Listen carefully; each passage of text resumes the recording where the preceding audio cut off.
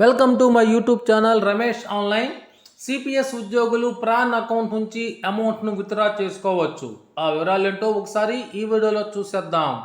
చూసే ముందుగా ఫ్రెండ్స్ ఎవరైనా ఇంకా మన ఛానల్ని సబ్స్క్రైబ్ చేసుకోకపోతే వెంటనే సబ్స్క్రైబ్ చేసుకోండి. అదేవిధంగా వీడియో మీకు నచ్చినట్లయితే ఒక లైక్ చేసి మన మిత్రులందరికీ షేర్ చేస్తారని ఆశిస్తూ ఇక విషయానికి వచ్చినట్లయితే మన సిపిఎస్ ప్రాన్ అకౌంట్ నుంచి పార్షియల్ విత్డ్రా గురించిన కొన్ని సందేహాలు వివరణ గురించి అయితే ఇప్పుడు మనం చూద్దాం. మొదటిగా బ్యాంక్ డీటెయిల్స్ను అప్డేట్ను ఇంటర్నెట్ లేదా ఆన్లైన్లో చేసుకోవచ్చా? దానికి సమాధానంగా ఉద్యోగుల బ్యాంక్ డీటెయిల్స్ అప్డేట్ చేసుకోవడానికి ఆన్లైన్ ద్వారా అవకాశం లేదు. కేవలం S2 ఫామ్ నింపి DDO చేత సంతకం చేయించి దానికి బ్యాంక్ అకౌంట్ మొదటి పేజీ జెరాక్స్ జత చేసి STO ఆఫీస్ నందు ఇవ్వాలి.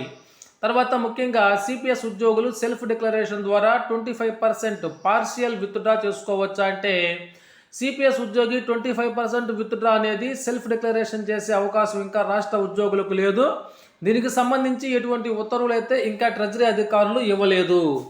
ప్రస్తుతం ఉన్నటువంటి 25% విత్డ్రాకి ఏ సందర్భంలో మనం విత్డ్రా చేయగలము? దానికి సమాధానంగా ప్రస్తుతం ఉన్నటువంటి సిపిఎస్ 25% విత్డ్రా చేయాలంటే సపోర్టెడ్ డాక్యుమెంట్ అవసరం. అనగా మ్యారేజ్ పర్పస్ మీద కానీ లేదా హోమ్ లోన్ పర్పస్ మీద కానీ లేదా higher education purpose of child or employee లేదా మెడికల్ పర్పస్కి సంబంధించినటువంటి ఏదో ఒక సపోర్టెడ్ డాక్యుమెంట్ ఉంటేనే 25% పాక్షిక ఉపసంహరణకైతే అవకాశం ఉంటుంది. ఇక 25% విత్డ్రా టైంలో మన ప్రాన్ అకౌంట్లోని మొత్తం సొమ్ములో 25% చెల్లిస్తారా? దానికి సమాధానం చూసినట్లయితే 25% పాక్షిక విత్డ్రాకు కేవలం ఎంప్లాయీ కాంట్రిబ్యూషన్ మాత్రమే పరిగణలో తీసుకుంటారు.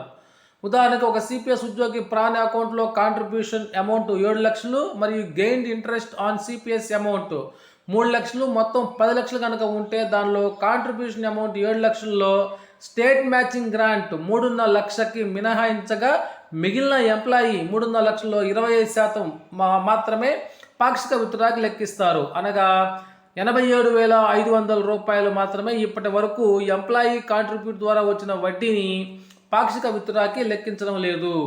ఇక పార్షియల్ విత్డ్రాకి తప్పకుండా నింపవలసిన ఫామ్స్ కనుక ఏమేంటి అని చూసినట్లయితే 25% విత్డ్రా కొరకు 601 PW ఫామ్ను నింపాలి. సిపిఎస్ ఉద్యోగి 25% విత్డ్రా చేయడం వల్ల భవిష్యత్తులో ఏమైనా సమస్య ఉంటుందా అంటే ఎటువంటి సమస్య లేదు.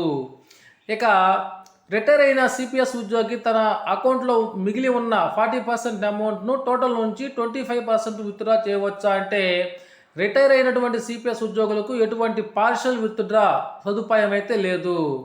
ఇక 25% పార్షియల్ విత్డ్రా ద్వారా వచ్చిన అమౌంట్ని ఆదాయ పన్ను ఇన్కమ్ ట్యాక్స్లో చూపించాలా? దానికి సమాధానంగా ఇన్కమ్ ట్యాక్స్కి చూపించినటువంటి అవసరం లేదు. ఎందుకంటే ఇది గతంలో మనం వార్షిక రిటర్న్స్లో చూపించిన సేవింగ్ అమౌంట్ ఇది కాబట్టి. ఒకసారి పార్షియల్ విత్డ్రా చేసిన తర్వాత ఎన్ని సంవత్సరాల తర్వాత మరలా పార్షియల్ విత్డ్రా చేసుకోవచ్చు అంటే ఒకసారి పార్షియల్ విత్డ్రా చేసిన తర్వాత 5 సంవత్సరాల తర్వాత మాత్రమే మరలా విత్డ్రా చేసుకోవడానికైతే అవకాశం ఉంటుంది. ఓకే ఫ్రెండ్స్, ఇది సమాచారం మీకు నచ్చినట్లయితే ఒక లైక్ చేయండి.